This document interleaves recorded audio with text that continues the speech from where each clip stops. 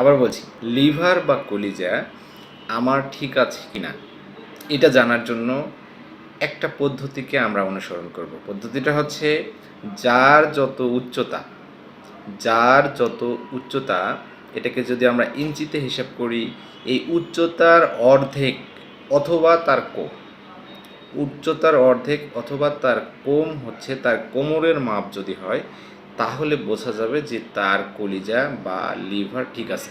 যদি এর চেয়ে বেশি হয় তাহলে ধরে নেবেন তার ফ্যাটি লিভার আছে। আবার বলছি, উচ্চতা যা ইঞ্চিতে, তার অর্ধেক যদি কোমরের মাপ হয় বা তার কম হয়, কোমরের মাপ অর্ধেক বা তার কম হয়, তাহলে ধরে নিতে হবে তার কলিজা বা ফ্যাটি লিভারের যে প্রবলেম এটা নেই। যদি এর বেশি হয় তাহলে অবশ্যই তার ফ্যাটি লিভার বা কলিজাতে চর্বি জমানো আছে। তো এইটা হচ্ছে ওভারওয়েটের বা ক্ষতির কারণ। এটাকে বেঁচে থাকার চেষ্টা করো। ধন্যবাদ সবাই।